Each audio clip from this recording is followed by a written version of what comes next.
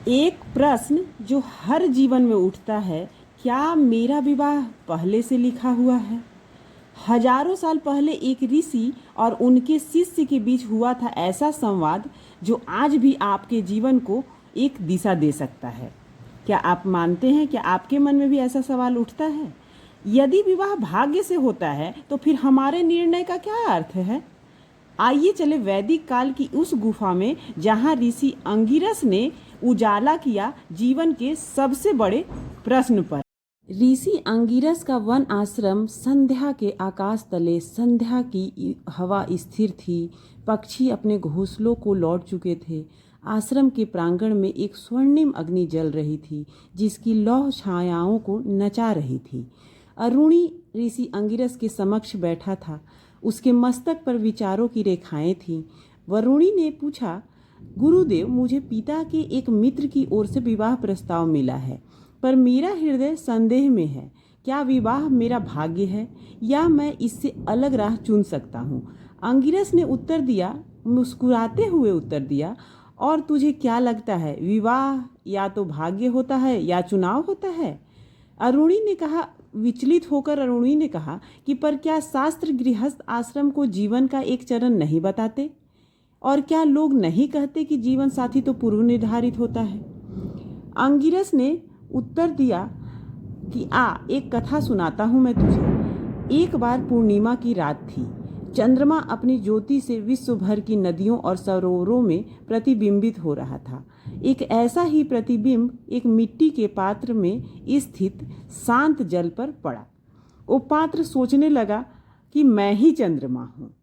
प्रतिदिन वह पात्र अपने प्रतिबिंब को निहारता, और जब उसके पास एक और पात्र लाया गया जिसमें भी चंद्रमा का प्रतिबिंब था, उसने कहा, आहा, मेरा साथी और वे दोनों साथ बैठ गए। मेरा साथी और वे दोनों साथ बैठ गए, मानो उनका मिलन तारों में लिखा गया हो। पर एक दिन हवा चली, जल में कंपन हुआ, प्रतिबिंब विकृत हो गया। पात्र चिल्लाया, मेरा चंद्रमा फीका पड़ रहा है, मेरा साथी बदल रहा है। जो ऋषि यह देख रहे थे उन्होंने धीरे से जल उड़ेल दिया और पात्र को तोड़ दिया। ऊपर देख, उन्होंने कहा, वास्तविक चंद्रमा आकाश में अछूता है। जिसे तू मेरा चंद्रमा कह रहा था वो तो एक प्रतिबिंब मात्र था।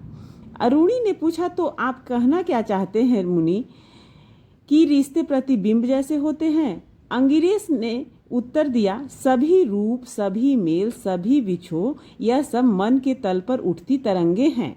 गृहस्थ आश्रम आत्मा को बांधने का नहीं, अहंकार को शुद्ध करने का मार्ग है। अरुणी ने पूछा, पर क्या गृहस्थ के लिए कोई धर्म नहीं होता, नियम जो पालन करने चाहिए? अंगिरस ने उत्तर दिया, सिर हिलाते हुए, हाँ, पर वे बेड़ियां नहीं बल्कि छैनी हैं जो तेरे अस्तित्व को तराशती हैं। गृहस्थ वो नहीं जो बस विवाह कर ले, वह है जो अपने जीवन साथी, बच्चों और कर्तव्यों में ईश्वर को देखे। वो उत्तरदायित्व की अग्नि में अहंकार को भस्म करता है। तो अरुणी ने पूछा कि क्या ऋषिवर, क्या विवाह पूर्व निर्धारित होते हैं? अंगिरस ने उत्तर दिया, यदि तू स्वयं को पात्र मानता है तो हाँ, हर खरोच, हर दरार भाग्य है। पर यदि तू जानता है कि तू उस पात्र के भीतर की आकाश है, अछूता और शाश्वत है, तो फिर तुझे कौन बांध सकता है?